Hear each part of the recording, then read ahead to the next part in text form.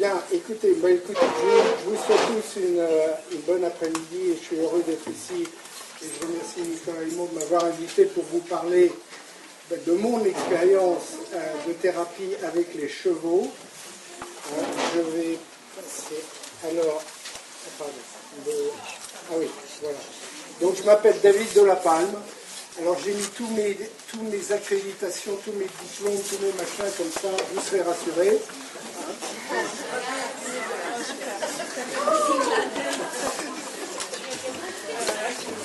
Je les mets sur le mur derrière ma chaise dans mon cabinet, comme ça les gens sont également rassurés, mais ça n'assure pas la compétence comme on a entendu ce matin, ce qui est vrai.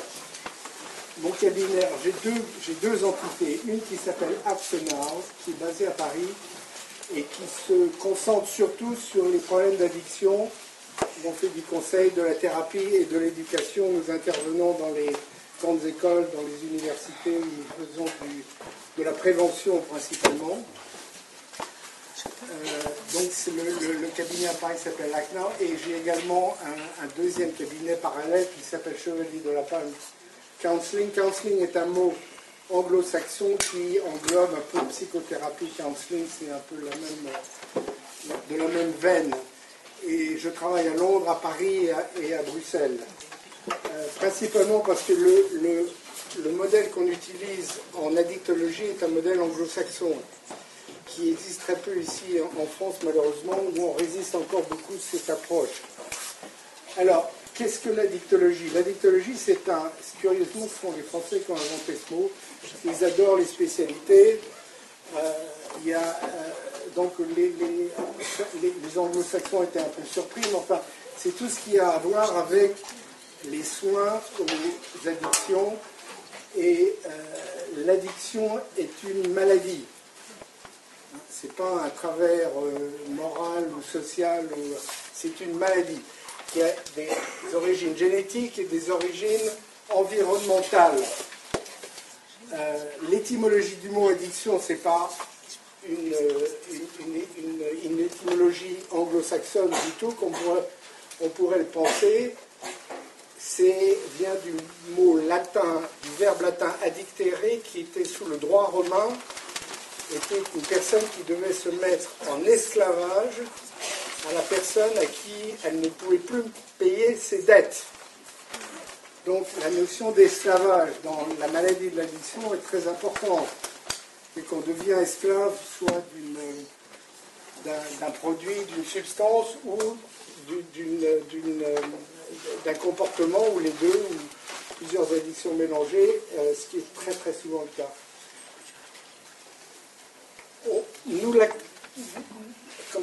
On l'a défini, nous, comme une maladie des émotions.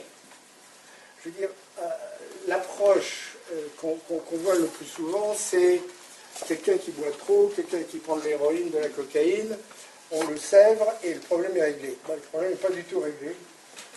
C'est simplement l'alcool, la cocaïne, l'héroïne, ou une addiction au jeu, ou aux achats compulsifs, ou au travail, ou quelquefois le sport. Enfin, on a à peu près 16 différentes addictions que l'on traite. Ce n'est que le symptôme. Alors si on ne traite que le symptôme, on n'a pas fait le boulot. Et donc il faut aller en dessous et vraiment aller chercher ce qui se passe en dessous qui fait que cette personne a adopté un comportement ou une substance comme moyen de défense sur les attaques de la vie courante. Et c'est principalement un problème émotionnel. Et c'est très souvent lié à des problèmes d'attachement dans la tendre enfance qui se sont mal sécurisés et qui produisent des individus qui ont trois caractéristiques. C'est une énorme sensibilité en général, une grande anxiété et une certaine sous-estime d'eux-mêmes. Avec la rencontre avec un produit ou un comportement, tout d'un coup, pouf, ça marche. Ils se sentent mieux. Les adolescents, peut-être, qui ont peur d'aller inviter une jeune fille à danser ou choses comme ça, boire quelques coupes de champagne, et bouf, c'est parti, je peux aller lui demander. Et ça peut engranger, aller plus loin, aller plus loin, aller plus loin. Donc tout le monde n'est pas addict. Je ne veux surtout pas culpabiliser. On pense qu'il y a à peu près 10% de la population qui a un problème avec des substances ou des comportements, dont 5% ont vraiment cette maladie. Donc ça fait déjà des chiffres énormes qui sont très très mal pris en charge ici en France, parce qu'il n'y a pas beaucoup de structures et les structures sont petites, et donc il y a énormément de demandes. Et donc voilà, les émotions, donc c'est principalement des personnes qui sont en difficulté avec le ressenti, le pouvoir exprimer ses émotions, et qui est sous-tendu par des problèmes d'attachement, c'est-à-dire d'une grosse difficulté à développer des relations avec les autres. Quand on regarde le parcours d'un addict qui va jusqu'au bout d'une addiction active, la principale conséquence négative, c'est un isolement total. Il n'y a plus de relation, il y a une relation avec sa bouteille, ou sa seringue, et c'est fini, terminé. Le monde extérieur n'existe plus. Et il fera tout pour, et sa relation est principalement avec son addiction. Cette maladie a été, les pays anglo-saxons s'y sont attaqués bien avant nous. J'ai entendu ce matin, on a énormément de retard ici en France, pour des raisons du corps médical, enfin de culturel. Enfin, on a le vin ici. Hein. Et le vin, le pinard, ça devrait être obligatoire. Il y a un grand pourcentage de la population française qui pense qu'il n'y a pas d'alcool dans le pinard. Donc, dans le champomis. Oui, dans le champomis, voilà. Il y en a un petit peu. Hein.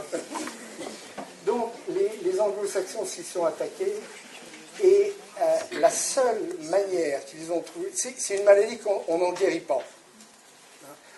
Si je veux résumer très rapidement, on a tous des cellules potentiellement cancéreuses ou potentiellement addictives. Le truc, c'est de ne pas les réveiller. Maintenant, si on fait rencontrer le produit, boum, ça part, et ça part en vrille quelquefois.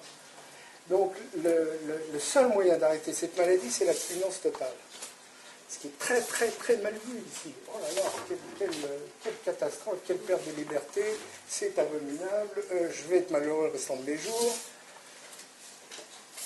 On peut regarder l'abstinence comme un choix aussi, parce que ça peut ouvrir des possibilités énormes de qualité de vie également. Donc le modèle Minnesota qui a été inventé aux États-Unis, dans l'État du Minnesota, en 1949, est la rencontre d'un psychiatre avec l'hôpital psychiatrique de l'État, où il y avait un étage où tous les alcooliques étaient, étaient parqués, hein, et fermés à clé.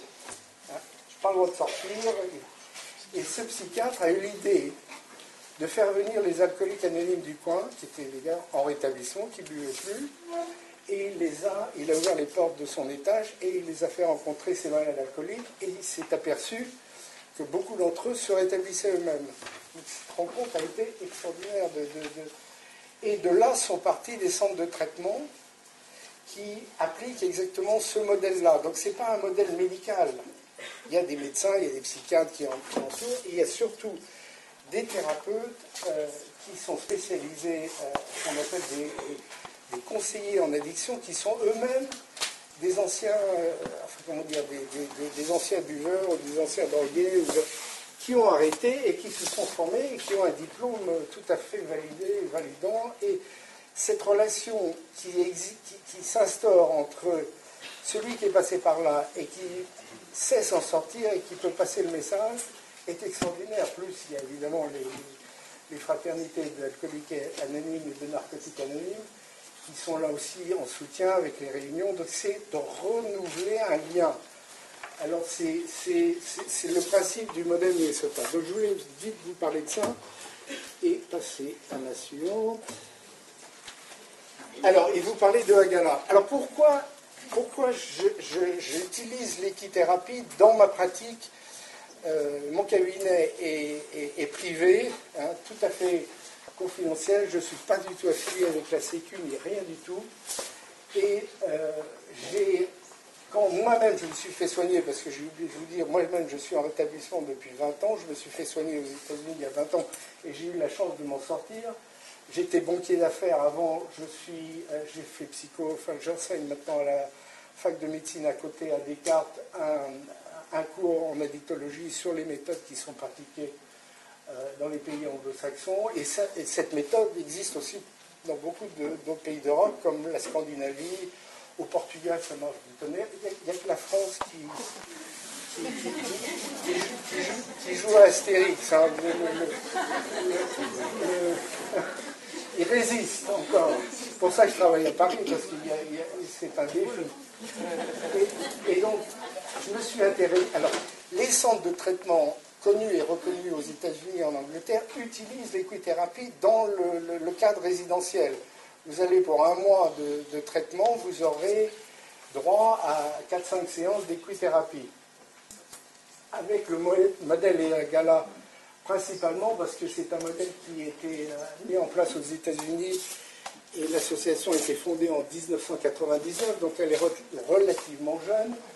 Les principes sont...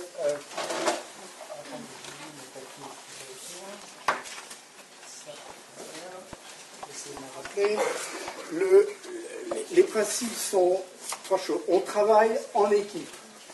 Okay. Alors, d'abord, on utilise des chevaux et on travaille en équipe. Ce qui veut dire qu'il y a un thérapeute, un psychothérapeute et un spécialiste du cheval qui travaillent tous les deux avec le patient, le client, le groupe ou la famille. Ce qui veut dire que le psychothérapeute s'occupe du patient, le spécialiste du cheval s'occupe du cheval. On utilise principalement... alors, tout se passe sur le sol. Enfin, on ne monte pas les chevaux... Et donc, il n'y a pas du tout d'interaction montée avec le cheval. Okay, on n'a pas besoin de savoir monter à cheval. Et troisième chose, qu'est-ce que j'allais dire oui, donc c'est l'interaction entre le cheval et le patient que l'on... Alors, le psychothérapeute, je vous ai dit, suit... le patient regarde la communication verbale et surtout non verbale. Hein. Moi, quand j'ai commencé mes études de psychologie, on m'a dit c'est pas ce que le patient dit qui est important, c'est ce qu'il ne dit pas. Hein. Donc, on a beaucoup de non-dits dans ces séances. Donc, le spécialiste du cheval s'occupe du cheval et surtout, voilà ce que j'ai oublié, de la sécurité. Hein. On lâche quelquefois jusqu'à 4 ou 5 chevaux à la fois dans un manège, et donc il faut s'assurer qu'il y ait quelqu'un voilà, s'il y a un danger quelconque, il faut intervenir immédiatement. Donc si on est seul, on est moins bien équipé, évidemment. Et l'équipe de deux peut s'échanger ces informations. Et à la fin de la séance, c'est en général 15 minutes à peu près, ce sont des exercices qu'on fait faire.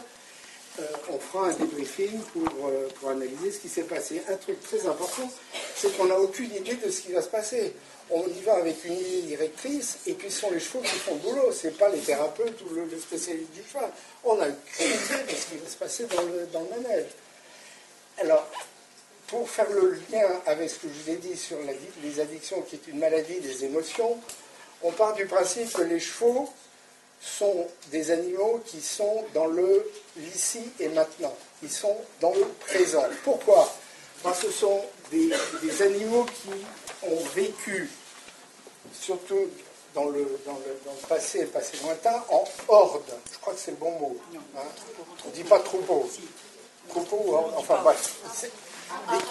Ils étaient ensemble. Et l'homme est intervenu pour les domestiquer et s'en servir pour le travail, pour voyager, enfin bref. Et c'est devenu un animal extrêmement utile. Donc on reprend, on revient à l'idée du cheval en troupeau ou en horde, donc on en lâche 4 ou 5. Et on voit qu'est-ce qu'ils font ensemble. Alors, il y a une grande variété, il y a souvent un dominant, dominé, il y a mâle, femelle, il y a des blancs, des noirs, de couleurs. Et donc, on peut travailler avec cette variété. Et avec ce qui se passe dans le manège, on utilise un outil extrêmement important qui est la métaphore. Ça vous fait penser à quoi ? Qu'est-ce qui se passe là-bas ? Ils sont tous au fond. C'est-à-dire que je suis arrivé dans le manège et peut-être que j'avais peur, parce qu'il y en avait 4 ou 5, ce sont des grands animaux, puissants, je ne sais pas ce qui va se passer, donc je vais peut-être y aller doucement. Ils le sentent tout de suite. Parce que comme ils ont été chassés par l'homme, ils ont été domestiqués, leur seul moyen d'information, c'est d'être présent dans le moment présent.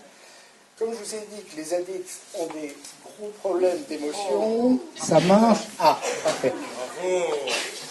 Comme je vous ai dit que les addicts avaient des gros problèmes d'émotion, le cheval est un miroir de ces émotions. Donc, comme ils ont beaucoup de mal à reconnaître leurs propres émotions, on peut leur dire, mais qu'est-ce qu'il fait le cheval? Qu'est-ce qu'il peut ressentir? Donc, en le voyant devant eux, ils peuvent reconnaître ce qui se passe en eux. Et c'est extraordinaire, parce que ça se passe assez rapidement, et je veux dire, la preuve est devant leurs yeux.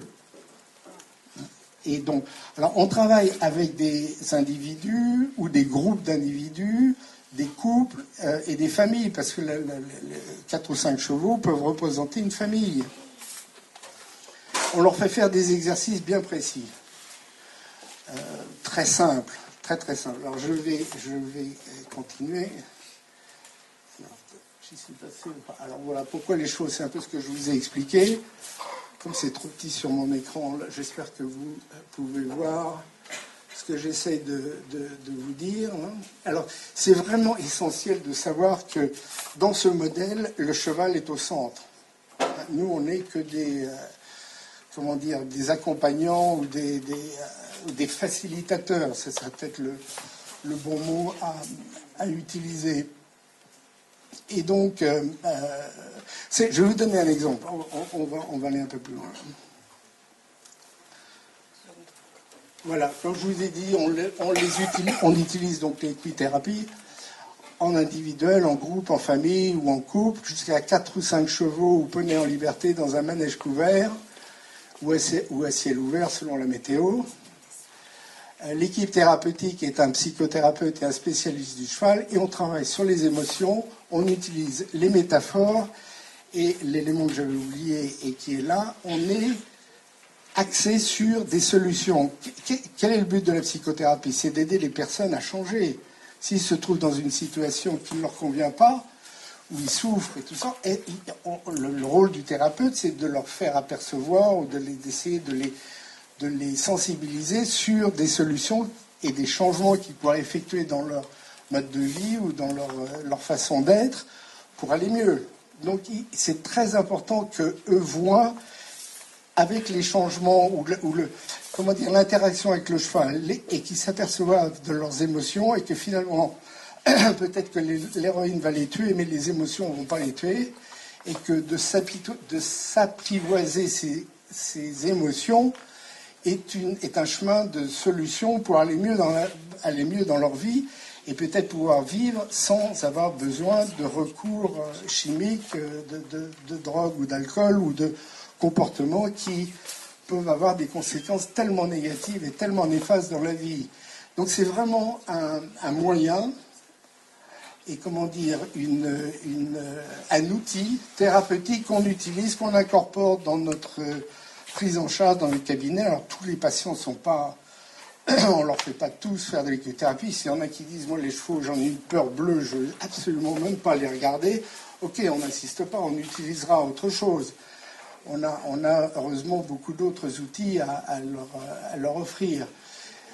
Mais on s'est aperçu que cette méthode et cette pratique on faisait des bonds en avant très très rapides.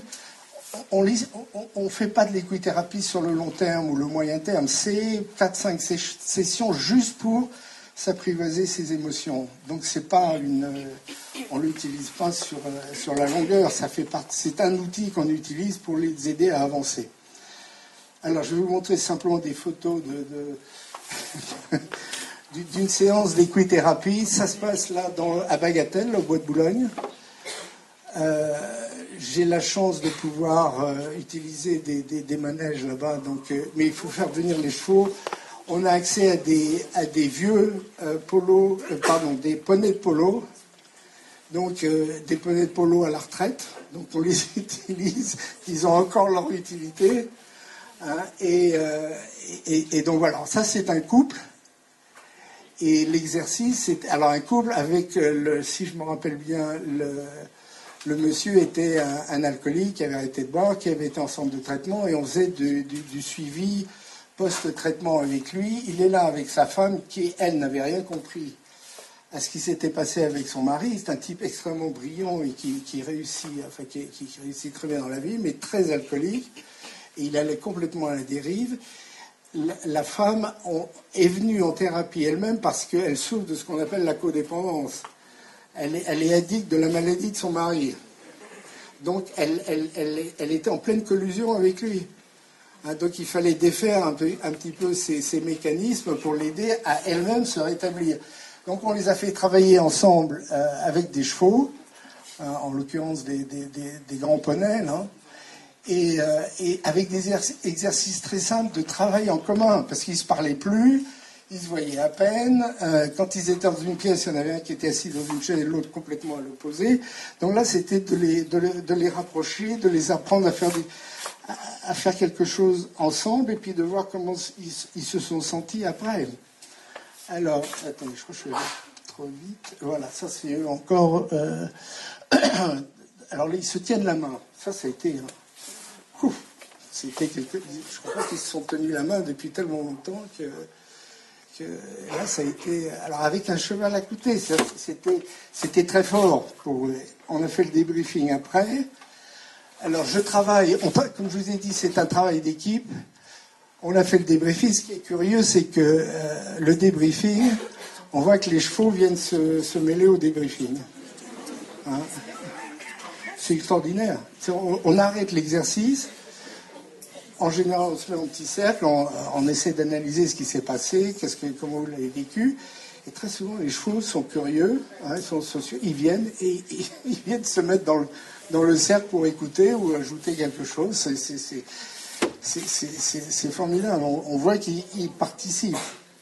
Alors, je travaille avec ma fille, Daisy, là, qui est au milieu en rouge, et ma collègue Marie de Noailles, et tous les trois, on s'est fait donc former par le modèle IAGALA en 2007, avec 3 formations, une en Angleterre, une en Écosse et une en Irlande, et avec un couple de formateurs IAGALA.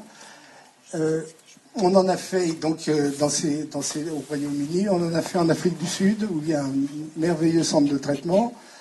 Et on est tous les 3 qualifiés pour faire ça. Et j'ai donc la chance d'avoir des bons collaborateurs, quelques chevaux. Alors tout ça demande quand même une grande organisation, mais on en fait...